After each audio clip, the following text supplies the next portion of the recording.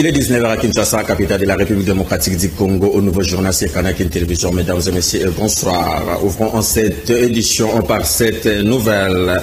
Perte en vie humaine a été signalée lors du crash d'un hélicoptère qui se produit ce mercredi 30 octobre à l'aéroport d'Ndolo et des autres blessés graves sont admis en soins dans un état critique. Suivez ces reportages de Naomi Mbeta.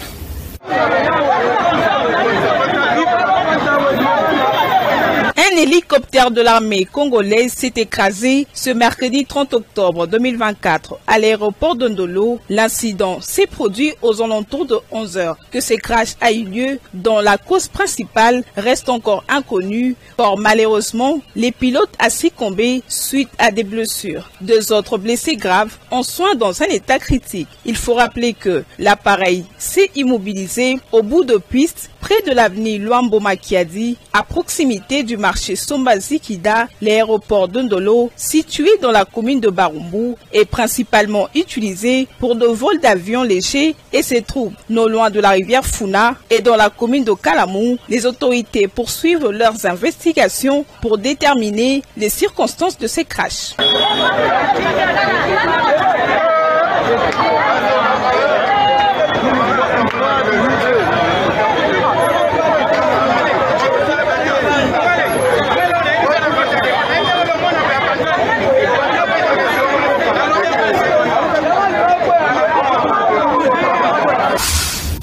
Poursuivons ce journal par cette information. Le président de la République démocratique du Congo, Félix-Antoine Tshisekedi Tshilombo, a rencontré son homologue ougandais Yoweri Museveni au palais présidentiel d'Entebbe et pour un tête-à-tête axé sur les questions conjointes visant à stabiliser l'Est de la République démocratique du Congo. Cette visite s'inscrit également dans le cadre de la coopération régionale entre la RDC et l'Ouganda, en particulier pour les provinces de l'Ituri et du Nord Kivu.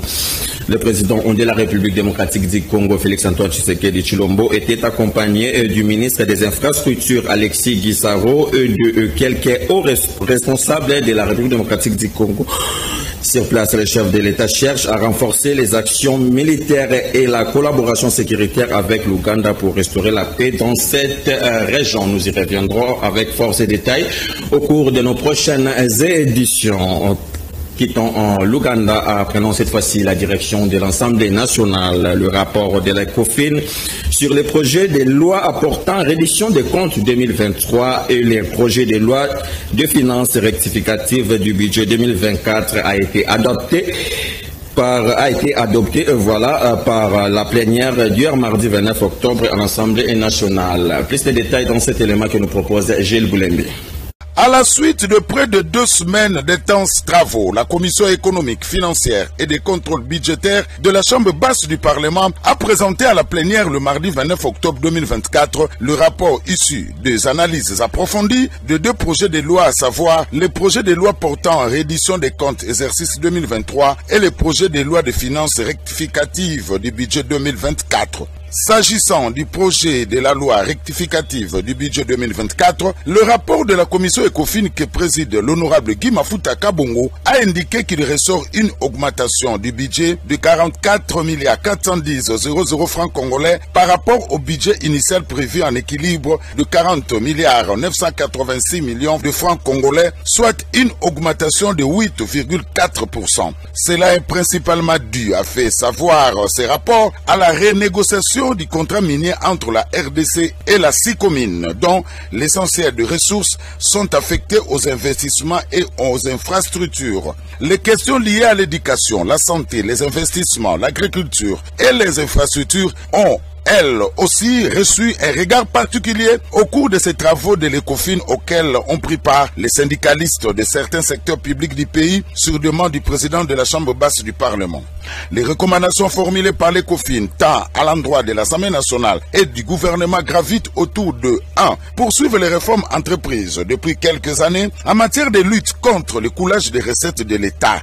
2. Renforcer l'encadrement du secteur minier en tant que grand pourvoyeur des recettes de l'État par la la lutte contre toute forme de fraude minière en vue de s'assurer de la traçabilité de tous les produits miniers sortant du territoire national. 3. Poursuivre les efforts visant à certifier les gisements afin de leur donner la valeur marchande qui leur convient dans la perspective de pouvoir lever des capitaux frais auprès des institutions financières internationales.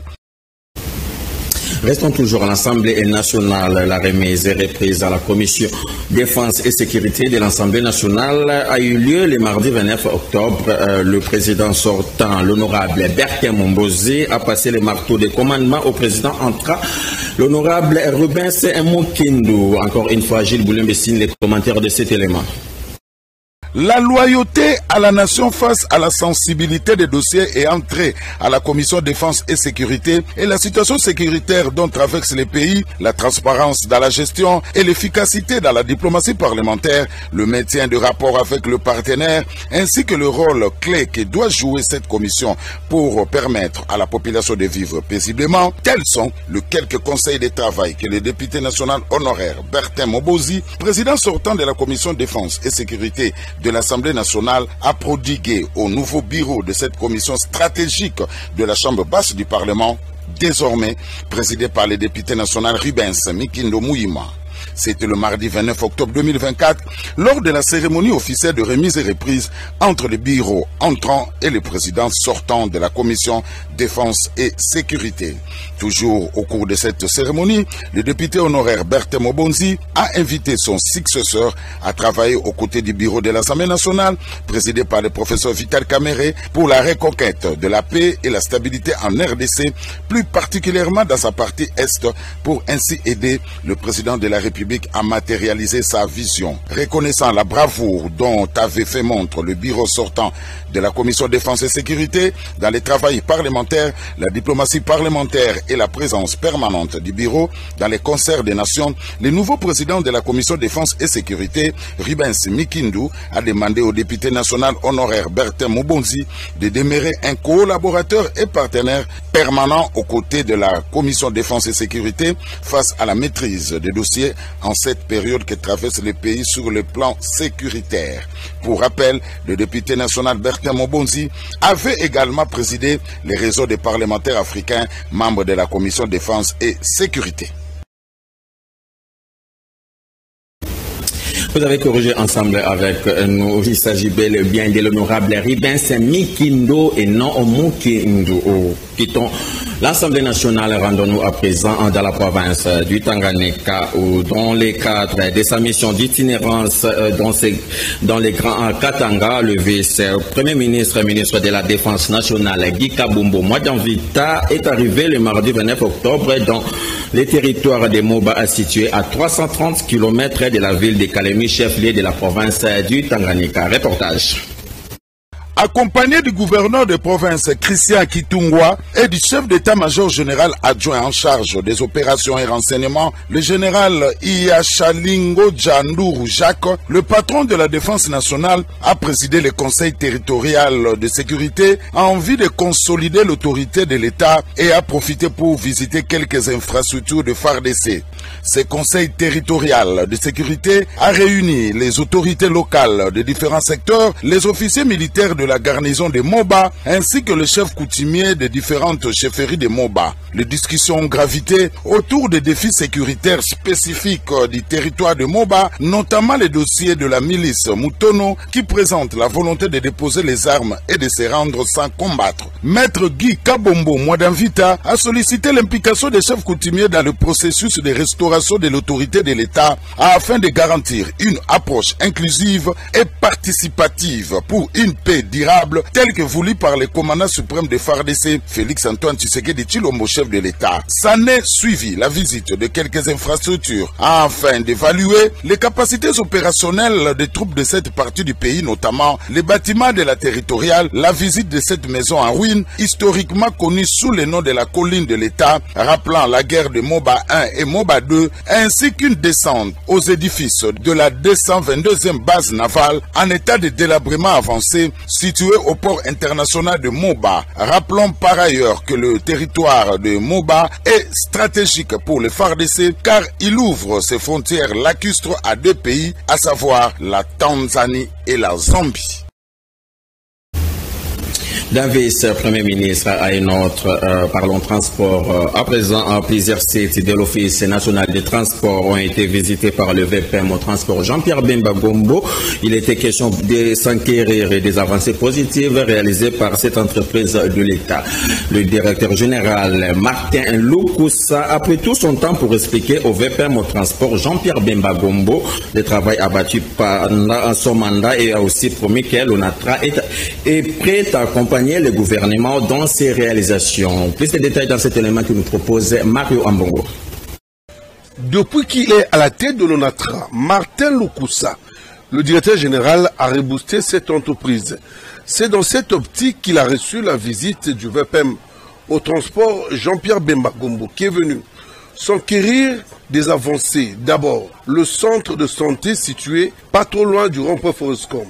Ici, le directeur général de l'ONATRA et tout le personnel médical du centre de santé de l'ONATRA ont réservé un accueil très chaleureux au VPM Jean-Pierre Bemba Gombo. S'en suivra la visite du centre qui existe depuis des lustres mais qui était presque à l'abandon.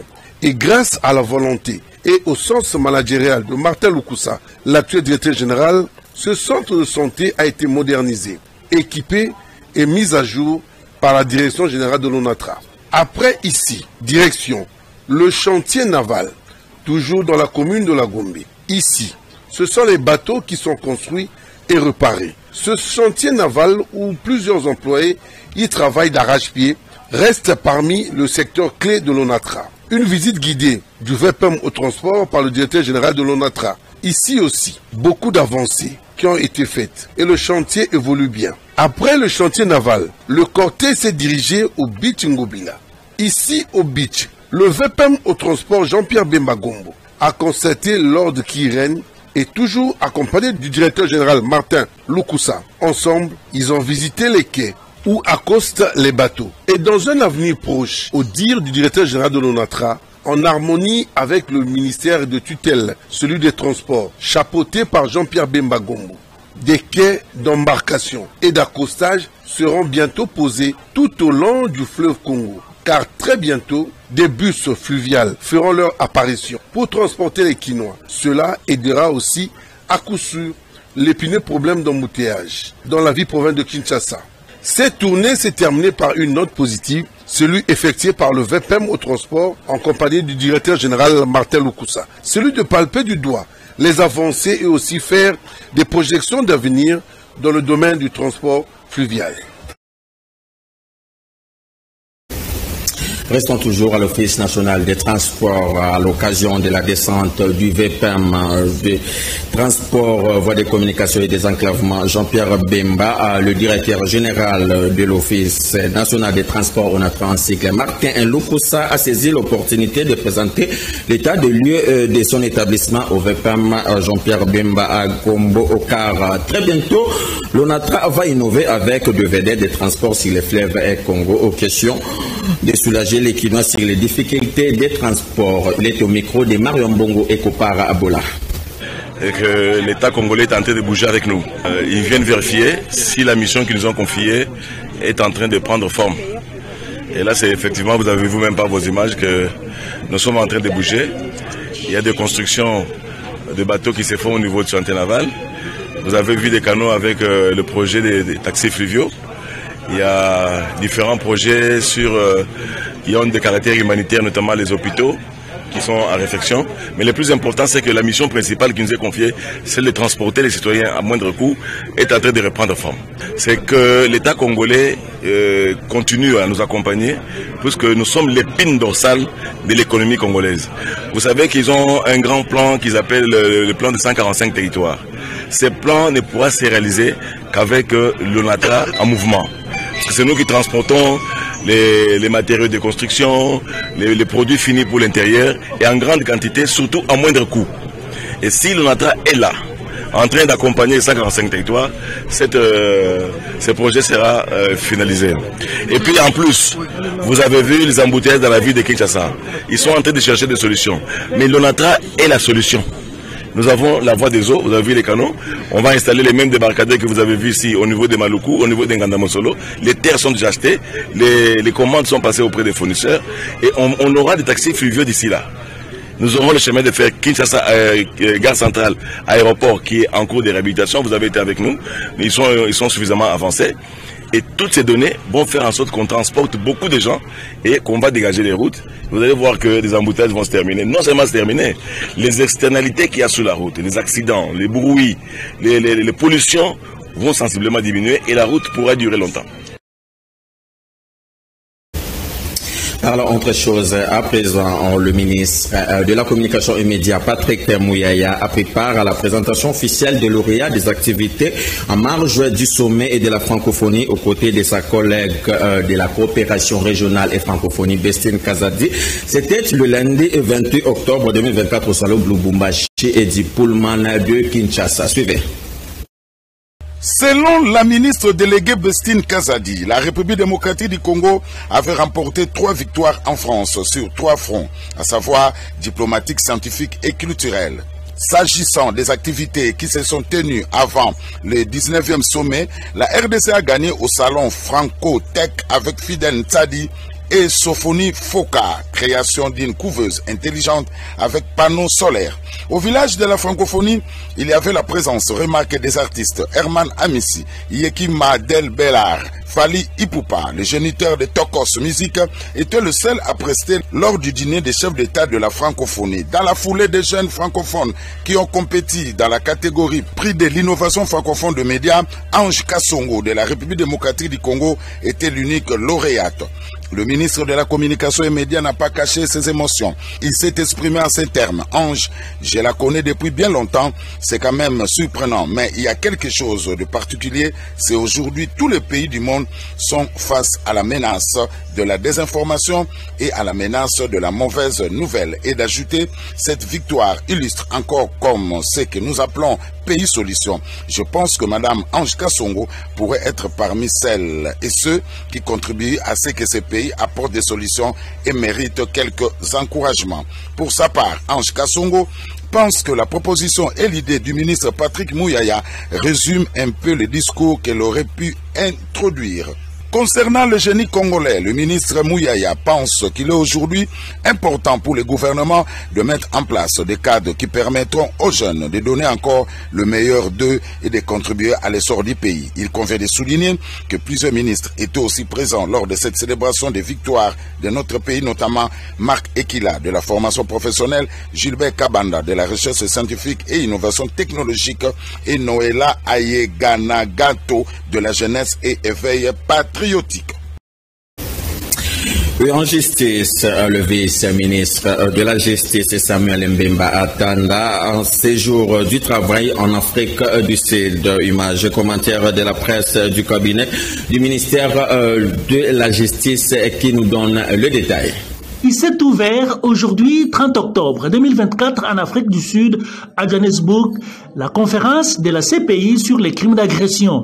Cette conférence, organisée par African Leg Aid, fait suite à l'amendement du statut de Rome qui avait eu lieu en 2010 à Kampala, tendant à ajouter les crimes d'agression parmi les crimes qui peuvent être jugés par la CPI. La première ministre, Judith Tuluka Suminwa, a dépêché sur place à Johannesburg le vice-ministre de la Justice chargé du contentieux international, Samuel Mbemba Kabouya, pour aller présenter la position de la RDC. J'ai été dépêché par son Excellence Madame la Première ministre Judith Tuluka Suminwa pour donner la position de la République démocratique du Congo en suivant la vision de son Excellence Monsieur le Président de la République. La République démocratique du Congo va donner sa position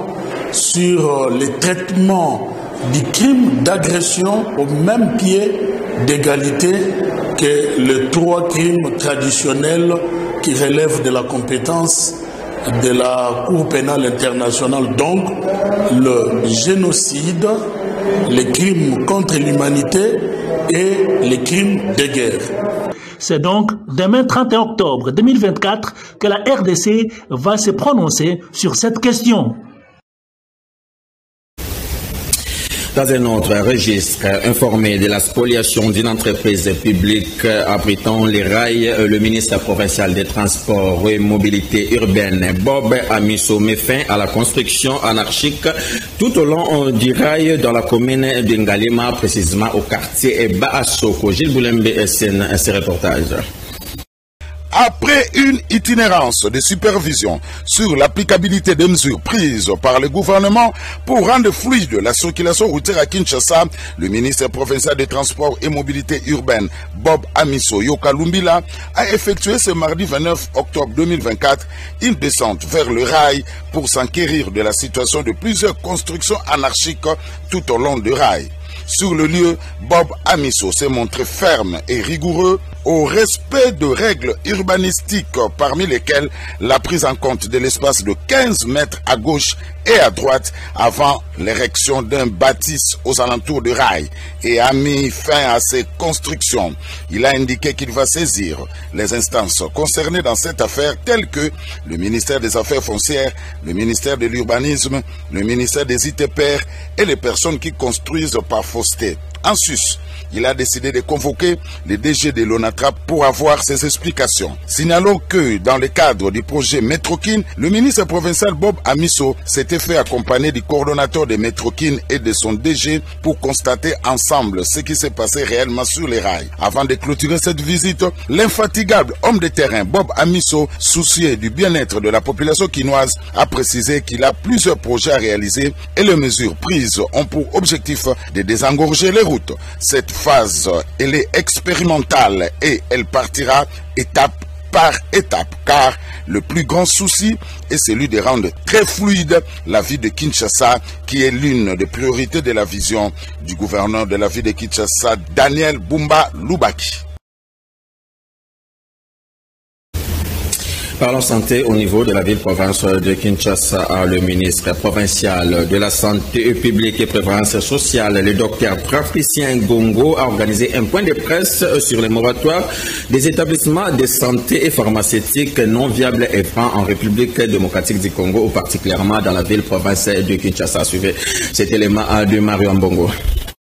Face aux professionnels des médias, le ministre provincial de la Santé publique, Hygiène et Prévoyance sociale a expliqué la nécessité d'assainir ce secteur de santé et aussi les pharmacies. Un moratoire d'1 mois a été lancé. L'expiration est arrivée au 25 octobre et le ministre provincial de la Santé, Patricien Gongo, passe à la vitesse supérieure. La décision ayant conduit à la signature du moratoire sur la viabilité des établissements des soins de santé et pharmaceutiques privés à Kinshasa découle sans doute des réalités que nous tous observons quotidiennement dans le secteur de la santé, notamment la situation hygiénique et infrastructurelle des structures hospitalières est dépravée, l'envahissement du secteur de la santé par des charlatans et personnels non qualifiés, les établissements de soins de santé sont devenus des mouroirs par manque d'expertise et de dispensation de soins de qualité.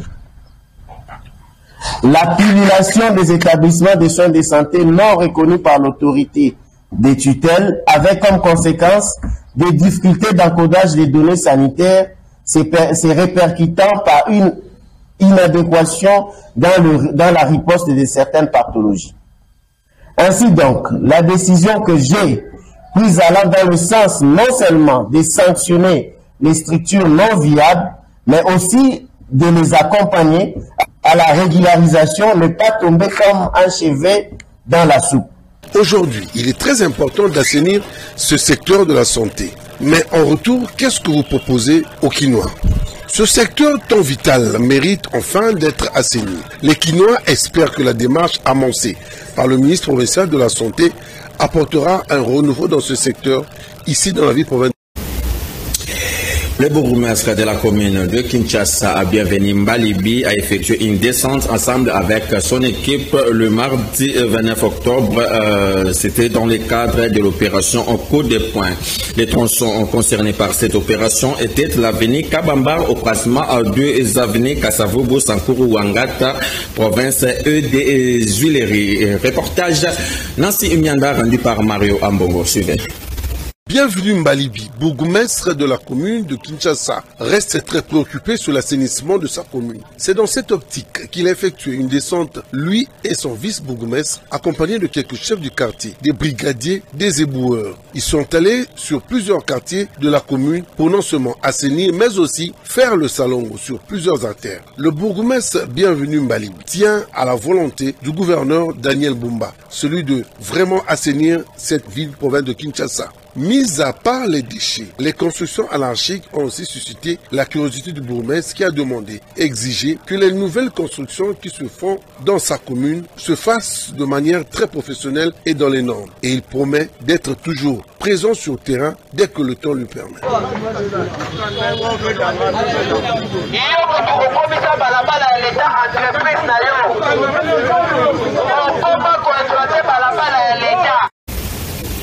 Dans le même registre, une flaque d'eau a élu domicile à l'arrêt Macravette situé au quartier des Bonhommes dans la commune de Matete, causant ainsi les difficultés pour les véhicules et les passants. Les détails dans cet élément de Jemima à Massamba, encore une fois rendu par Mario Ambongo. Nous sommes dans la commune de Matete, sur l'avenue Lumière, au quartier de Bonhomme, non loin de l'arrêt Macravette, juste au-dessus du saut de mouton où l'endroit est devenu impraticable à tel point que le conducteur de transport en commun endure un véritable calvaire pour rouler. Également par Denis des Poules, une dizaine de situations qui poussent le chauffeur de taxi à éviter cet itinéraire, rendant le transport en commun encore plus difficile. Ce n'est pas la première fois, madame. On était avec les vice-bourgmestres, on a contacté même les bourgmestres titulaires pour nous assister. Ils sont arrivés ici depuis samedi, ils ont quand même travaillé, mais jusqu'à présent, il n'y a pas la réalité. Ça fait un dilemme de temps. Nous partons maintenant, ça fait maintenant 90 jours, vers même 100 jours. Il n'y a pas la réaction jusqu'à présent. Il y a une silence des morts, même si au niveau provincial, ou au niveau au gouvernement central. Même le gouverneur de la ville n'a pas dit que non. Notre parquet, il y a du désordre. Nous demandons réellement son excellence, monsieur le gouverneur de la ville, Daniel Bumba, de venir réellement nous assister à 100% parce que nous, ici à Macravette, ça peut créer des inondations réellement.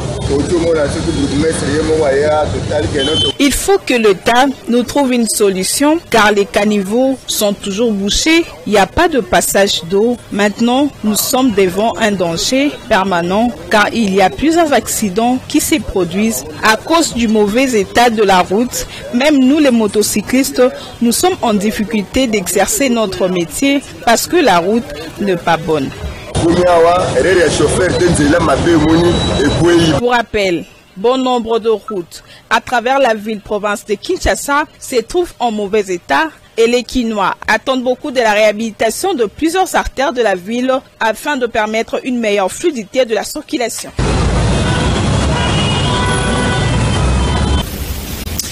Vous avez reconnu la voix de Naomi Mbenza et Norma Mbongo comme annoncé. Ainsi s'achève la grande édition du mercredi 30 octobre 2024 sur Canal King Télévision. Une édition qui porte la signature de Naomi Mbenza comme chef d'édition. Kopar Bola et Freddy Takidi ont assuré la prise de vie et la réalisation de cette édition. Tony Binda avait assuré les montages de tous ces éléments. Merci de rester fidèle au programme de Canal King Télévision. Bonne soirée à toutes et à tous. Au revoir.